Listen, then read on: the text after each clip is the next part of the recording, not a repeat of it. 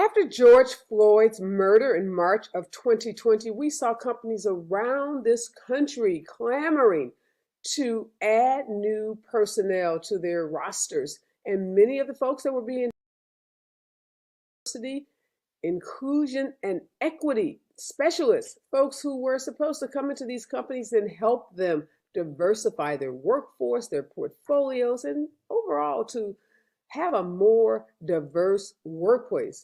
And most of that diversity was really focused on racial diversity. The question we're asking now, over 2 years after George Floyd's murder, is did any of those efforts by big companies move the needle on diversity inside of some of this country's largest corporations? Harvard sociologist Frank Dobbin is here. He has a new book out called Getting to Diversity, What Works and What Doesn't. You'll be surprised what Dr. Dobbin has to say about those efforts to diversify America's workforce. All coming up next. Live from Los Angeles, this is the Special Report with Areva Martin. Thank you, Dr. Dobbin, and congratulations on your new book, Getting to Diversity, What Works and What Doesn't. First question I want to ask you is, why this book and why now? Well, Areva, Sandra Calev and I have been actually working on this research for maybe 20 years, and we've published a lot of academic papers trying to explore what kinds of diversity programs are effective, what kinds of programs are not so effective, and what kinds actually backfire. To me, the ones that backfire, that's the biggest problem. What's been exciting in the last couple of years is that many companies have doubled down on diversity efforts, and they're doing a lot of things that we know from our research and from the research of other psychologists, sociologists, economists will be effective. But at the same time, we see companies doubling down on diversity programs that we know are not effective. And so,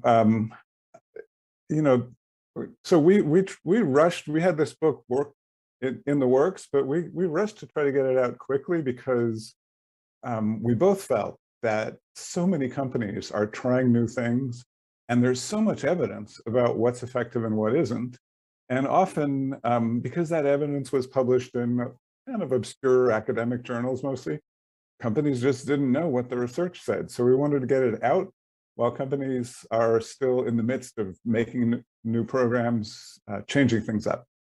Well, before we talk about, the heart and soul of the book and talk about what works and what doesn't, I want to look back historically. This is not the first time in this country where we've seen some incident that happens that sparks this interest by companies in diversity, equity, and inclusion. I mean, the DEI mantra, the DEI concept, the DEI departments, the DEI specialists, they've all been around for decades. So just help us understand historically, when was the first time companies, woke up and said, hey, we need to hire some folks and we need to call them diversity, equity, and inclusion specialists? Well, Areva, Franklin Roosevelt's initiatives during World War II really got a lot of federal contractors, often military contractors, but car companies. I mean, most large companies have contracts with the federal government.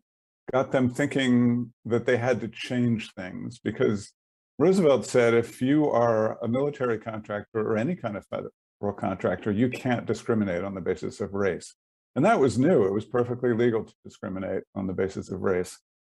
So that had some effects early on. I will say that there were some companies that just had leaders that were trying to change things. So General Electric is an example. Early on, they really made some important strides.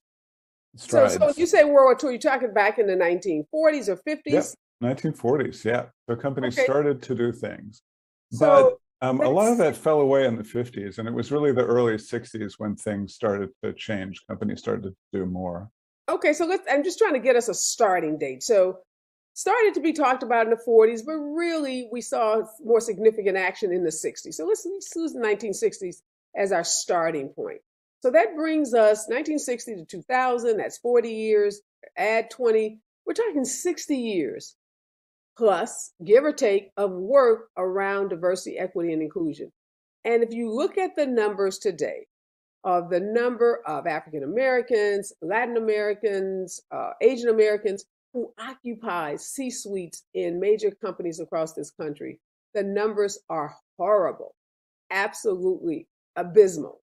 I did some research myself. I was writing a book last year or so about women in the workplace. At that time, there were only 2 African American female CEOs of Fortune 500 companies. And at any given point, that number could be 0. So 60 years of this. And Frank, as you've told me to call you, why are those numbers so incredibly low? And let's call them what they are, pathetic. That's what they are, pathetic. Why are we here? Well, Areva, what's really discouraging is it's not only in the C-suite. There are missing women, people of color at all levels of management. People of color and women are just very poorly represented in management. So there are different ways to look at it. You can kind of count the people. That's a very useful thing to do for Fortune 500 companies. On the other hand, the country has become more diverse. With immigration, there are a lot more Black people than there were 40 years ago. There are a lot more Hispanic and Asian people than there were 40 years ago. Another way we look at it in the book is we look at, if you're a Black man in corporate America, what's your likelihood of being in management? And if we go back 40 years to the early 1980s, you had about a 7% chance of being in management. So if you're a Black man in corporate America today, that is still true. You have about a 7% chance of making it into management. Same goes for Hispanic men. So on that, depending on how you think about it, and I think this is a useful way to think about it, are companies allowing people who come into the firm at entry level, right after college, right after high school, are they allowing people from all groups to succeed? They're really not. And the numbers are equally dismal for Black and Hispanic women. So by that measure, it's not only the C-suite, it's because I'm talking about all levels of management now. All levels of management are not nearly as diverse as they ought to be, considering not only how diverse America is, but how highly educated Black, Hispanic, and Asian Americans are compared to their grandparents. So people of color really ought to be higher up in companies than they are. And what we look at in the book is what's actually blocking them. Yeah, and I understand what you're saying, that a lot of the work that was done in this area was done by academics. It was published in academic journals and books that maybe, let's give folks a benefit of the doubt and say they weren't available to folks in corporate America, but that's a big stretch because a lot of these folks who are running companies are Harvard MBAs, Stanford MBAs. They've gone to some of the best business schools in the world where they would have had access to a lot of these academic journals and papers and professors like you that would have taught them these things. So is it glossing over, systemic racism and systemic, anti-Blackness that we know is prevalent in this country to just focus on the programs? Are those just kind of the symptoms of a larger problem? And I'm just wondering, how do you get at that? Because I don't know if we can even just have a meaningful discussion about a mentorship program or a pipeline program if we don't deal with the underlying systemic racism that we know is so pervasive in America's institutions, including our companies, big and small. Well, I think you bring up 2 aspects of systemic racism which are important to disentangle. One aspect is top management really focused on this problem in the way that they're focused on other business problems they're trying to manage?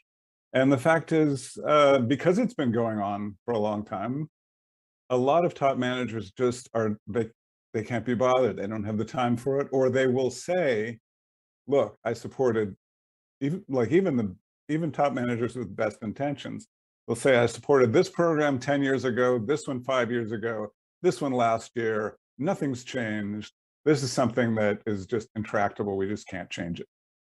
So, so part of it is top manager motivation, and I feel like we're at a good point now because a lot of executives are now looking at their own numbers and they're saying, "Uh-oh, things really haven't changed in this company in decades. We have to change something." But the other aspect of systemic racism is what you just talked about. It's how are systems built that they exclude some groups of people? So, easy example, where does your company recruit? Companies have recruited since, like, gone out to find people, managers, skilled workers, people with technical skills. They've done that in large numbers since the 1930s and 1940s. And it was only really in the 1960s that they started visiting Black high schools, that is, high schools in Black neighborhoods, historically Black colleges, Hispanic serving universities. Even today, companies aren't really focused on doing full-on recruitment at those places in the ways that they have been focused on doing recruitment at historically white colleges and universities like my own, Harvard. We have, I feel like we have 3 recruiters come for every senior who's on the job market every year. It's ridiculous how many people recruit More here. recruiters and students. But let's, an important question I think we have to ask. These companies are for profit. At the end of the day, it's about revenue generation. It's about profit for shareholders. It's about compensation, the highest level of compensation imaginable for those senior level executives. So if a company's motive is to make money, there's no requirement to diversify, then why would they? I mean, if you don't have the SEC or you don't have some governmental entity saying there's got to be diversity in your workforce, if I'm just there to make money, why not just make money? Well, it's interesting. Over time, the motivations or the rationales for trying to do this have really changed. In the 1960s, it was, we're a free and democratic society, and that means giving every person the same opportunity in the market, just as every person has the same opportunity to vote. That rationale went away to be replaced by a diversity and performance rationale in the 1980s. And that was partly because Ronald Reagan said, we're not going to do affirmative action or equal opportunity anymore. And he didn't exactly succeed in taking apart affirmative action and equal opportunity. But he did get companies to think, well, we better come up with a different rationale for doing this. The interesting thing in the social science research is that when you say we're doing this for the bottom line, it doesn't motivate people, even white men in top leadership. It doesn't motivate them to try to change the world. We know that from a bunch of studies. What motivates them, ironically, is the same motivation that we heard in the 1960s, which is that this is the right thing to do.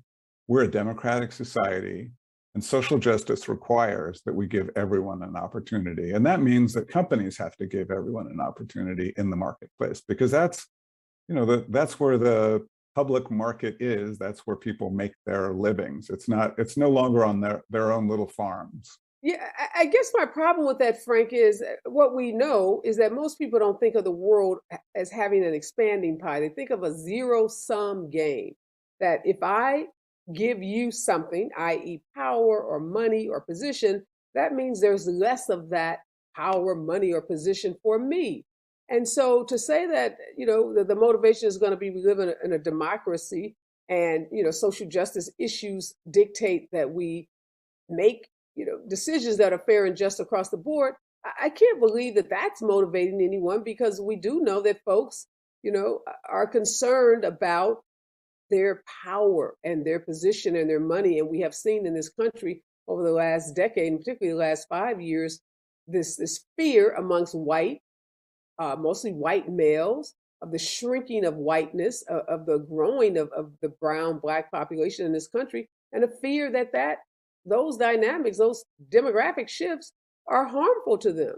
So if I'm a white male and I'm looking at the Black, the growing of brownness in this country, why would I ever be motivated to give, these people, these others, my position or a position equal to mine? Well, I hear what you're saying, and there's no question that there has been backlash against some diversity efforts because white men feel that they're losing ground in the battle for corporate leadership positions. They are not losing ground. That's another thing we show in the book. White men are about 16% of white men in corporate America are managers today. That hasn't declined at all since the About 1980s. what percentage of white About men? 16% of white men in corporate America are managers. Before I said about 7% of black men in corporate America are managers. So white men haven't lost any ground at all. What's the other percent? If white men make up 16% of corporate managers, what are the other numbers? Sorry, let me say it again. Of all the white men in corporate America, 16% of them are in management. I see. Okay. And of all the So, I black men mean, in corporate America, only 7% are management. that's right. So if you're a black man, you're in corporate America, your chances of making it to management are a lot lower than they are if you're a white man. And that hasn't changed since the 1980s, but What are those neither has, numbers, Frank, for white women and black women? those have gone up. So, but black women have gone only from about 4 to 5% in management. And white women have gone since the 1980s from about, I think, 6 to 11%. But one disturbing thing about white women is they increased until about the late 1990s, and then they've been almost flat since then. But So, but that just to number, go back, let me just stop you, Frank. That number for white women can be as high as 11%, which says that obviously that's almost double that than black men. So the most successful people still in corporate America are white men first and then white women. that's right. Asian American men and women are coming up too. They have made bigger gains, but Asian Americans, because of the immigration uh, uh, trajectory of Asian Americans, most Asian Americans are recent immigrants. Their parents were immigrants, or they were, and the United States has only let very highly educated people from Asia come into the country. So as a consequence, they're the most highly educated group in the country. So they still lag pretty far behind white men and women. So Asian So Americans are doing a little better, but not as well as they ought to be doing. when you get underneath those numbers, Frank, that if you're a black man, 7% chance, if you're a black woman, 4 to 5% chance of being in management, can you just look at the program? I mean, I know your book says that a lot of these companies have been using programs that are ineffective, but again, I don't know if we can talk about this without talking about the systemic problems that won't go away despite the program. Well, my question is just, where would you like to start addressing systemic racism? And if we're assuming that for the time being, the federal government may not be initiating a lot of new programs, I'm completely with you that the SEC could do quite a bit to change, especially what top managers look like, by getting firms to be transparent. But if that's not going to happen and we don't see any other big government initiatives, what could we do to change how firms operate? And it's important to think about how firms operate, because essentially when you were talking about racial threat, that's what you were talking about before. White men are worried that they're going to lose their position. That only exists because we think that race is the most important thing in society. We think those are the big group. If you can get people to think of themselves as part of the same group, like if you can get them to think of their state as the group, or if you can get them to think of their industry or of their corporation as the group they identify with. How do you get this country that has, that's built on racial hierarchy? And, we've been dealing with this issue in Los Angeles after some of our city council members have been exposed on audio tape. I'm not sure if you followed that story. Oh, how could you miss that story? Right. Okay. So, there's an anti-Blackness that's pervasive, not just amongst whites, and we know amongst immigrant groups, Irish folks, Italian folks. They didn't come to this country as white in the sense that we think of whiteness today, but they gained, many of them, whiteness or proximity to whiteness by being anti-Black. So if this country is built on this racial hierarchy that if you are white or you have proximity to whiteness, you're at the top of the racial hierarchy, food chain. How do we change that? How do we get people to think about something other than race, since in this country, whiteness is so significant to pretty much everything. Because we Well, know that you could be white and have a high school education, and your odds of doing better economically, doing better health wise, are exponentially better than a Black educated person like myself with 2 degrees from the best universities in the world. no question. What we try to address in the book is, I think the big picture that we try to set up is that every institution has to take this on. So you can't just use public policy, you can't just use the school systems, you can't just use higher education. Every institution has to be part of this. And that certainly means corporate America has to be part of it.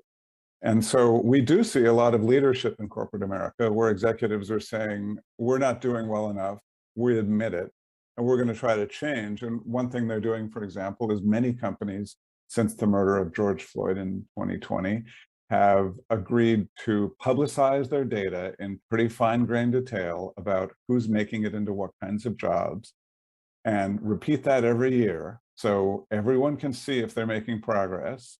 And they've set actual goals. You know, companies were very resistant to set goals because exactly for the reason you talk about, they were worried that it would alienate white men on their own staffs. Now that all big companies, almost something like 300 Fortune 500 companies have done this now.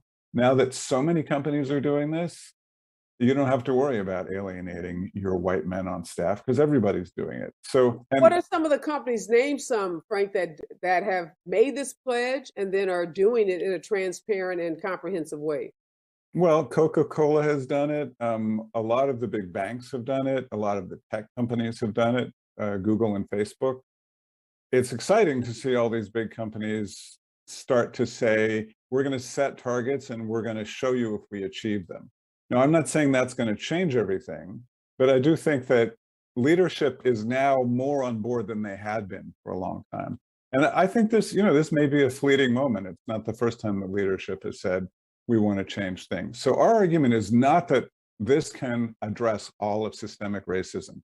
Not at all. It's everywhere in society. And you know, it's permeated society for our society for hundreds of years. But if we don't try to address it in every single institution, we're not going to be able to change things. And so if we take the corporation, and by this, you know, corporations, really the employment relationship. If we take the employment relationship, there are things we can do that will first make everybody feel that they're part of the same team. And these are not super difficult things to do. And it's largely by exposing people to others, not like themselves, in the same work group, working on teams together, working side by side. We know from lots of research dating back to World War II that that's the best way to treat toxic racial animus, because it works. Let me ask you this, Frank. So you're talking about creating these programs. And yes, you have to, attack this beast. You have to start somewhere, and it's a big beast to attack, and not, one book or one brilliant sociologist like yourself. Obviously, none of us have all of the solutions. But here's one issue that I worry about. Some data that I've looked at says that Black executives hold only 3% of the senior management positions in finance, banking. And when you look at the insurance and IT industry, that number goes down to 2%. So if you have such small percentages of people in senior management, that's where these programs are being developed. So if you're developing a program at the senior management level, and you don't have any Blacks that are involved, African Americans, Latin people involved in those, decisions, how do you end up with a program that's reflective? And going back to my LA example, which you are, so well read on, and thank you for being so, they just elected, they being our city council, a 10-0 vote of a man named Paul Krikorian to be our LA City Council president. Paul Krikorian is a lawyer. So as a lawyer, I have some respect for, other lawyers. I have a lot of respect for other lawyers. I know how difficult it is to be a lawyer. I looked at his website. There is not a single African-American staffer on Paul Krikorian's staff. Now, you could say you don't need to be Black to understand the issues of Blackness. You don't need to be a particular race to understand the issues, but we do know representation matters. And at a time when a city is torn apart racially by these three disgraced council members and this disgraced labor leader, how confident can Black people feel in the city of Los Angeles or in a company, let's go back to this company analogy, that the people at the top, i.e. the president, who doesn't even have a Black person on their staff, is the right person to develop policies to fight anti-Blackness?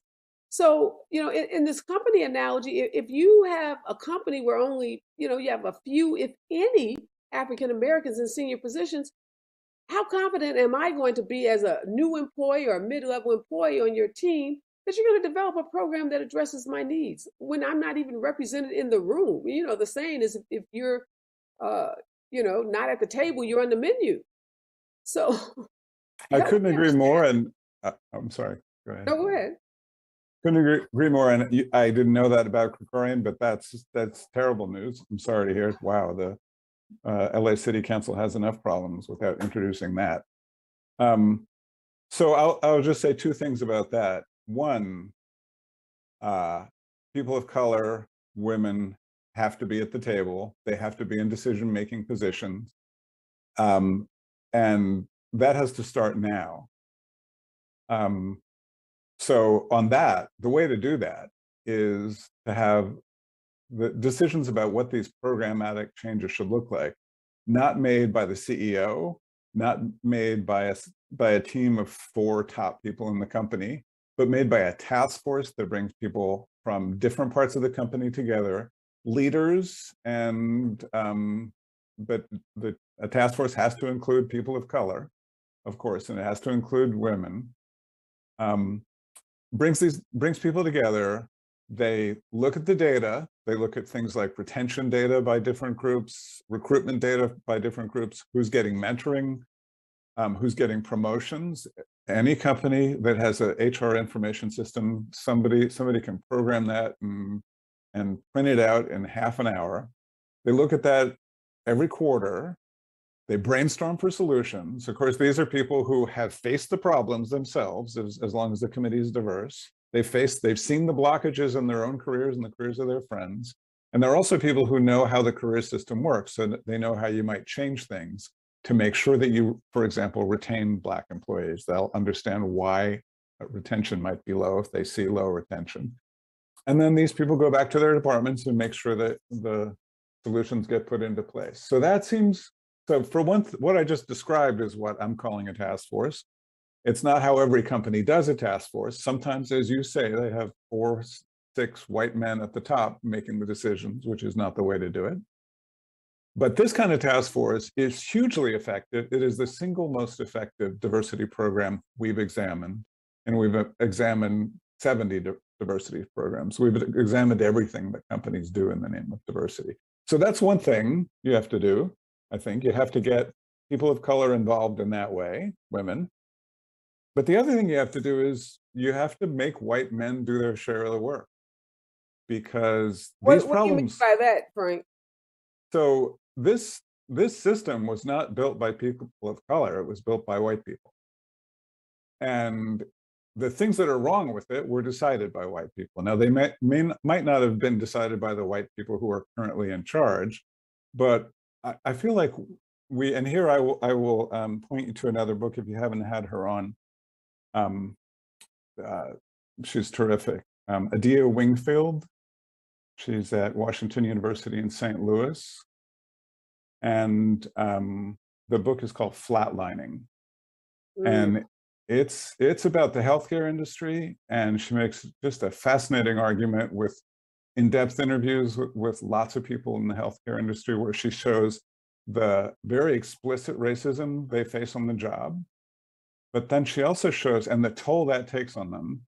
And then she also shows the toll that it takes on technicians, nurses, doctors, to be the people who have to be doing all of the diversity work in their firm, in their hospital in this case. She shows that these people, even if it's not part of their role, the Black people she talks to face a huge burden of having to deal with racial issues, with discrimination, and having to try to solve problems for their employer. So that's why one of the reasons I say white people have to be responsible for the change too, is that it can't all be on they're people in who. charge. They created the systems, as you made it very clear. But again, Frank, I'm trying to understand what is going to be the motivation for that white manager, male or female, because I'm 16% more likely if I'm a white man to be in management, 6 to 11% more likely as a white woman. What is my motivation if I'm not, there's some good-hearted people out there, right, that just want to do the right thing. Let's put them aside. We know they exist. But I'm fearful that there are more people that are self-absorbed, self-centered, and they're fighting to protect their own power, their own position. I've had people say to me, so in my days before I was doing a lot of civil rights work, I did some work for some companies. And I remember going in, talking to in-house lawyers about hiring me as a minority outside attorney. And they would say to me, Areva, we love you. We'd love to hire you. But here's the problem. When we hire outside counsel and they're minorities, there's so much pressure. There's so much scrutiny. And if you make one little mistake, it jeopardizes my job because I'm the person that chose you. Now, we see the white firms that make tons of mistakes. They don't get the same level of scrutiny. So what this person, this is an Asian woman, basically said was, that's why we don't take the risk.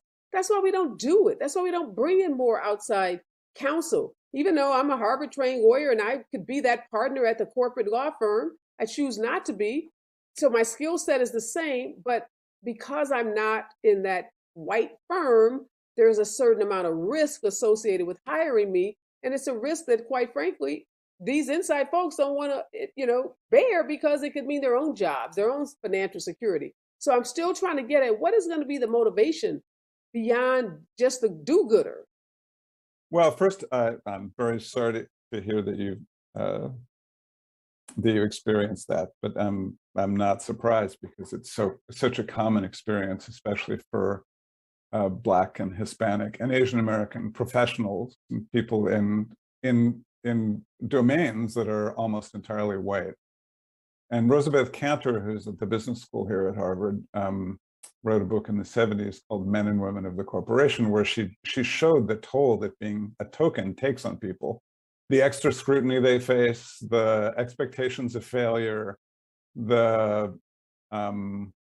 failure to appreciate their actual successes. We know that what really changes that is when the numbers change so that people are not tokens. Yeah. And so the thing is, we've been trying to train people to get rid of that, to eliminate that treatment of tokens. Tokens are just like one person, the only person from their group who's in a work group, right? Yeah, we've been trying to use diversity training. That failed. That has not worked. You can't train away the inclination to scrutinize people. Training basically doesn't change people's attitudes, and it certainly doesn't change their racial attitudes. So I don't even know why we do that anymore. There are better and worse kinds of training. Let me give you another stat, Frank. My daughter, she's doing a JD MBA program at Columbia University, one of the most liberal institutions, allegedly. She's the only Black JD MBA in her class. I wrote an article about it, and out at Columbia, in Ebony magazine, they reach out to her and want to have a meeting. She feels intimidated to even go to the meeting because it's like, did I do something? Am I in trouble now? And I said, no, go into the meeting and tell them why I wrote the article after I good for you. She told me. And, it was a meeting with 2 white women. And they, said they're committed to diversity, blah, blah, blah, blah. But it's Columbia, Frank. Yeah, I know. Columbia. Yeah, exactly. It's Harvard. It's Columbia. So how are these bastions of liberalism? How is it that these institutions that we look to be innovators and leaders in this, how are they doing so poor? So there's no question that academia has the same kinds of problems that the corporate world has. In this book, we happen to be writing about the corporate world. We're working toward a book on diversity programs in academia as well. And what we're seeing is very similar patterns. So, the big picture in this book is that we're trying to say that you don't need to focus on diversity training. It's well proven that you can't change people's attitudes with training. You don't need to focus on grievance procedures. It's well known that people don't use those because they're afraid to use them. You need to focus on the actual career systems. And I think one of the reasons that companies had like to do training and grievance systems is they don't change the core career system. They don't change how you recruit people, how you mentor them, how you give them management training, and how you give them work-life supports. These are the things that if you change them, they will really change, they really move the needle. So And give us an example of changing the career system. What does that look like according to your book? well, the first thing to do, as I said, is to change up how you recruit people. So you go to different schools. You start to, every time you go to University of Michigan, you go to Howard or another historically Black school. The second thing you can do with recruitment is typically most people get their jobs through networks, word of mouth. And if most of your employees are white, that's going to mean most of the people you bring in are white, because people How bring do you people from their disrupt that? networks. That's a great point. Most jobs are gotten because somebody has an inside track. They know That's right. someone that knows someone. And by the time the job is posted on a board or Indeed, it's already been filled by, somebody's brother or nephew or cousin. How do you disrupt that? So the reason we know, what we report in the book, is we use data from 800 companies over 40 years that have 8 million employees.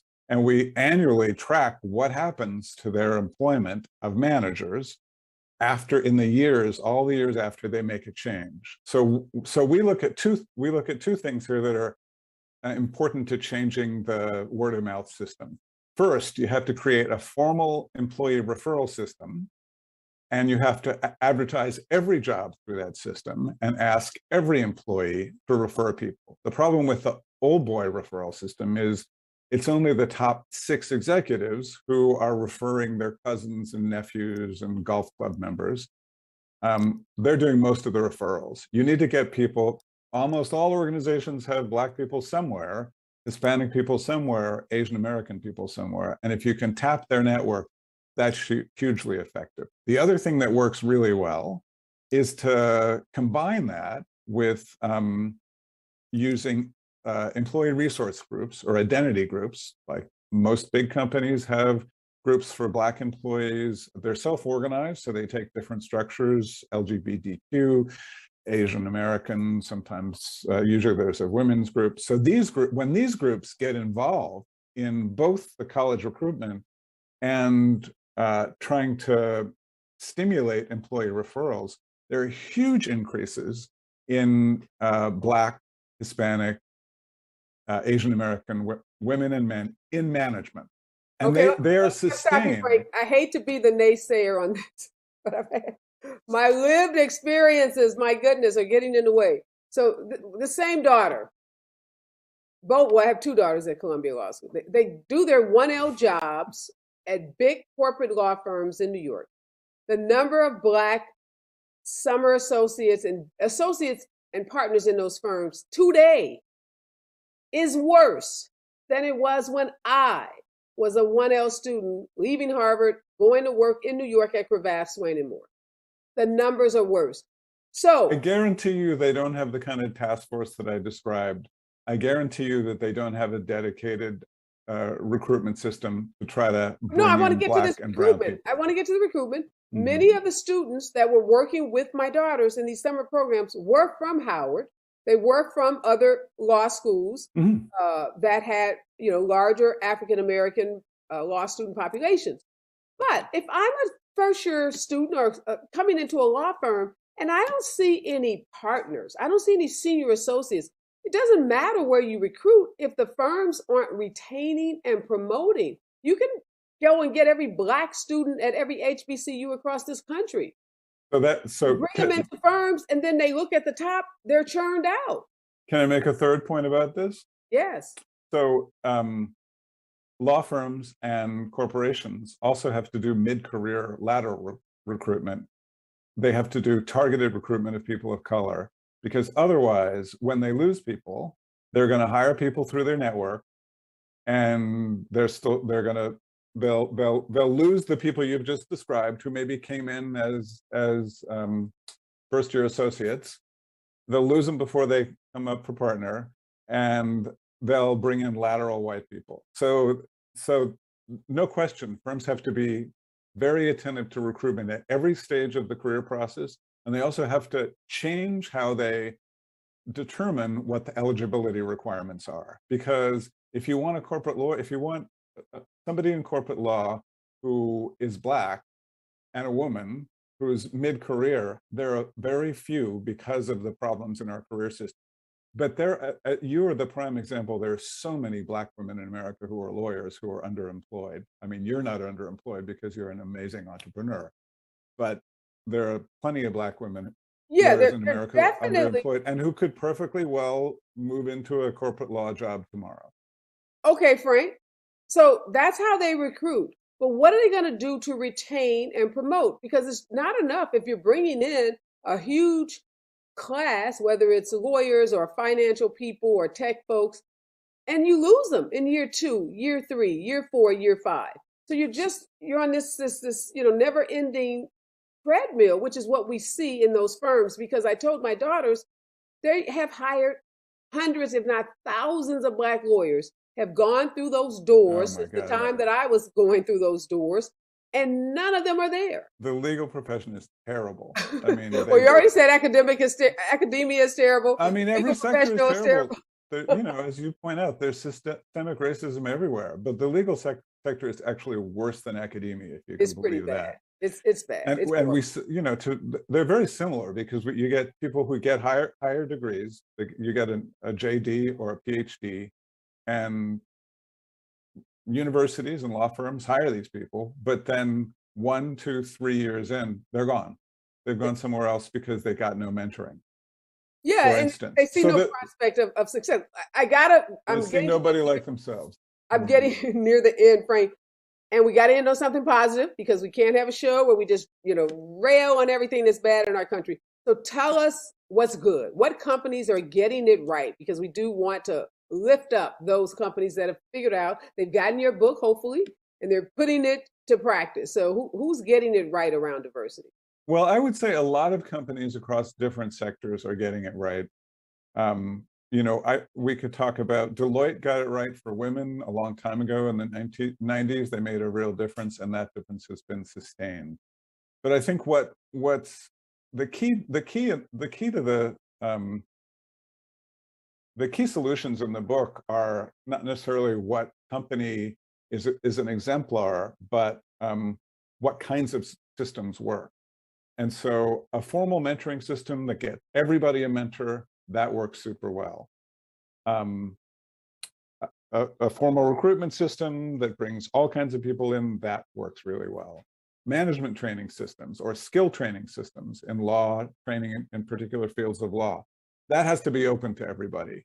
And everybody has to be able to nominate themselves for that. Work-life programs that are pushed out and in which everybody can sign up for any kinds of support they need without question, that works incredibly well. One big problem we have is that Black and Hispanic and Asian American couples, they're more likely to both be working and need to both work full time. And so people will cycle through jobs because there isn't the flexibility they need. And that will really hurt their long-term career prospects for moving up. Are these So companies, Frank, that you said are getting it right, like Deloitte, have they also been very profitable? So has that diversity, because we see all these studies coming out of Harvard and other places that say diversity has a positive impact on your bottom line. So are those companies, Deloitte, obviously, because they wouldn't do it. So I already kind of know the answer to it. in the 90s and early 2000s, Deloitte grew like anything, much faster than its competitors. And the CEO attributed that to the fact that they were actually retaining female talent.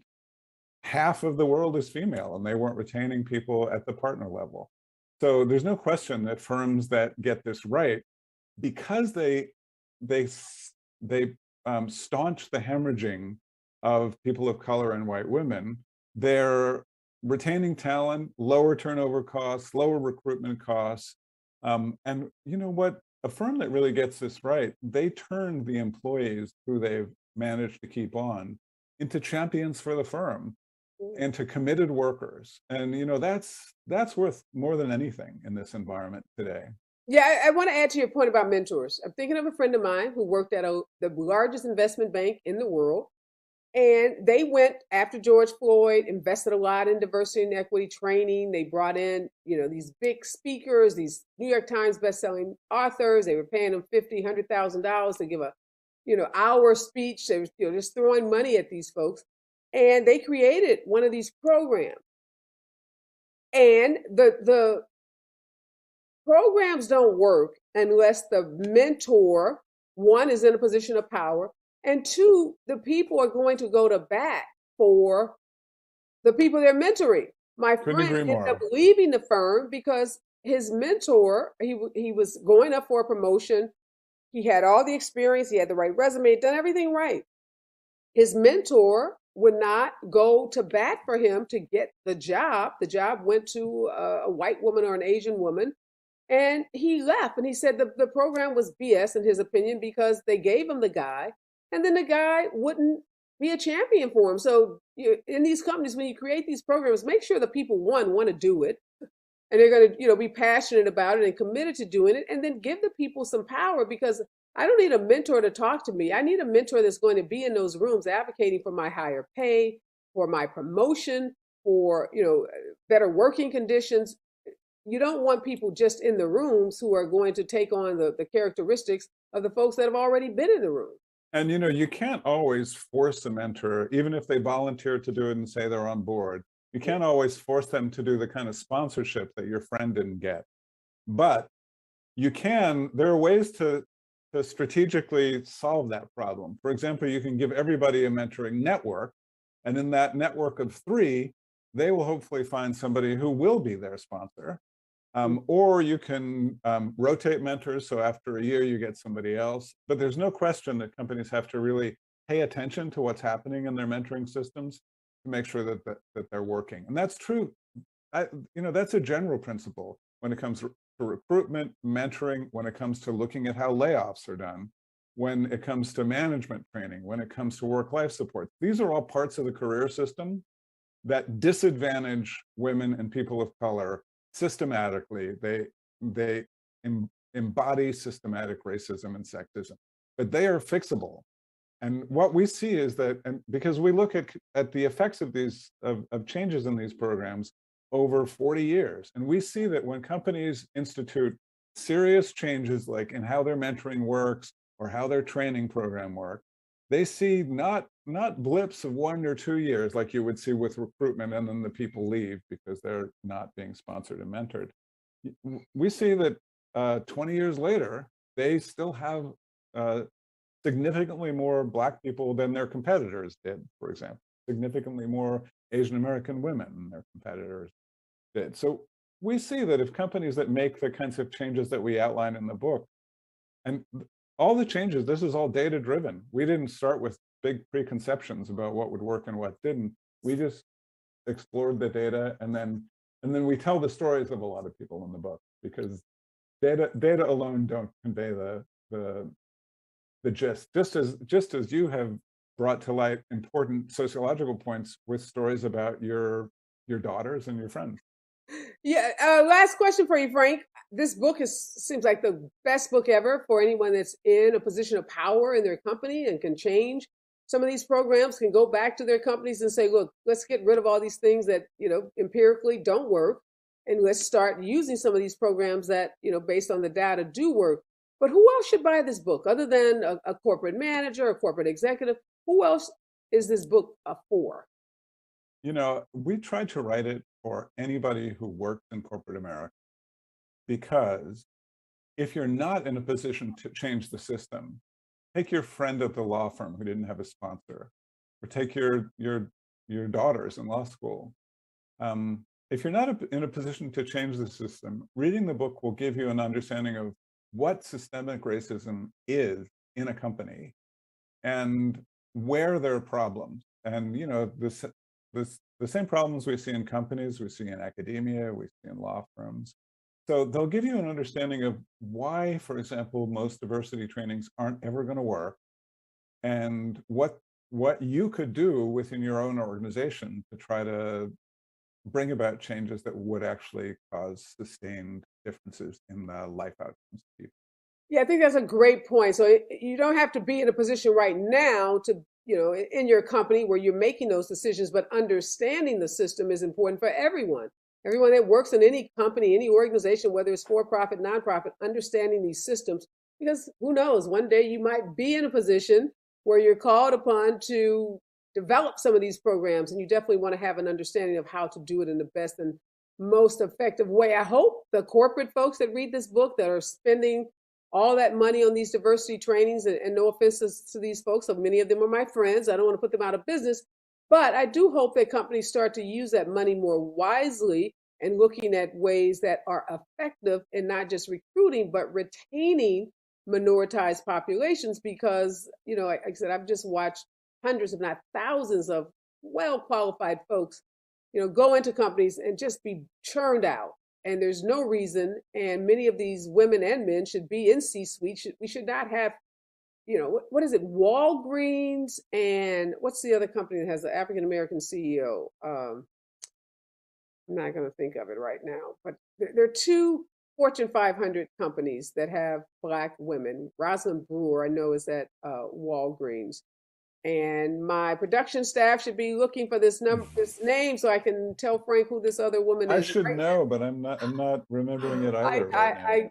I should know too, and it's escaping me, so I'm gonna have to find out. But that shouldn't be.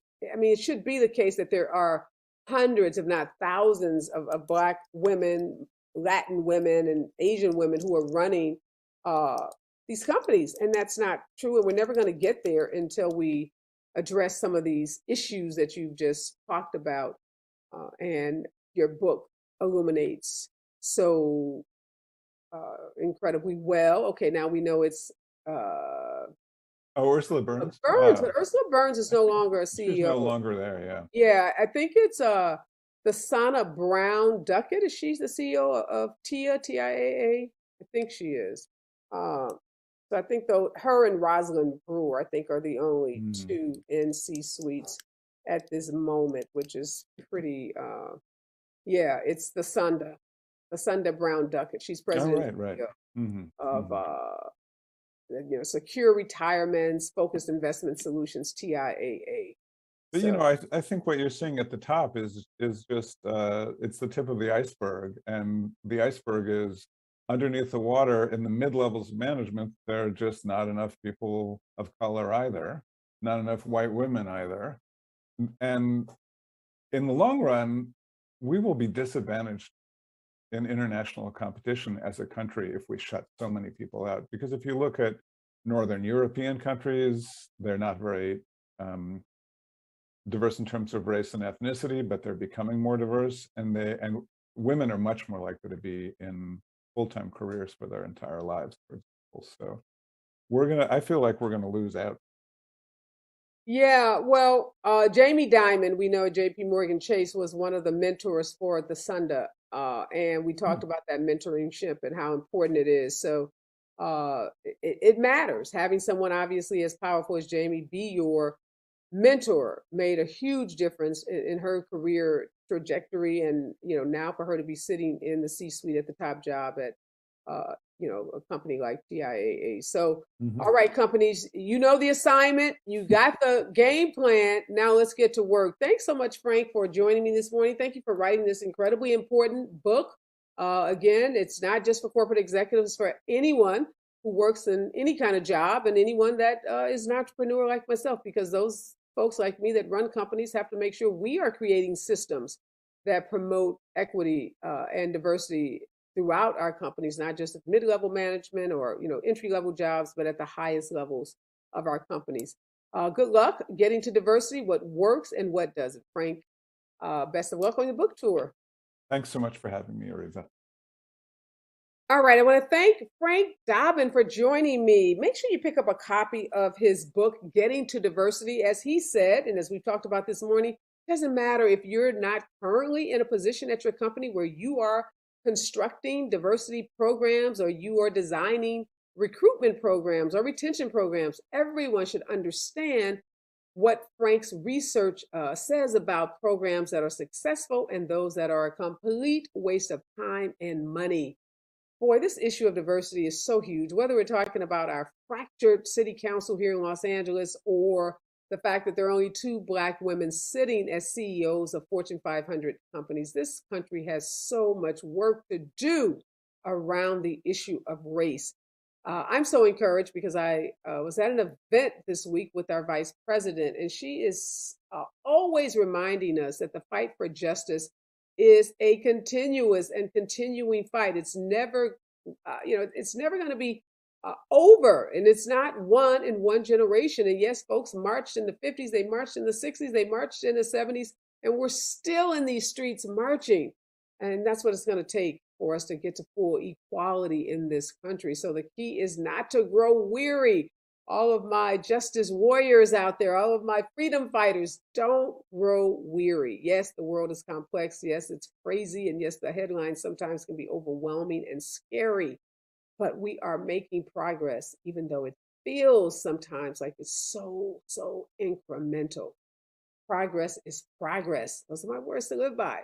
Don't give up on your dream. Don't give up on this fight for justice just because it appears to be going at a pace that's a lot slower than you planned or anticipated, because progress is progress. Remember, we're all in this together, and be safe out there.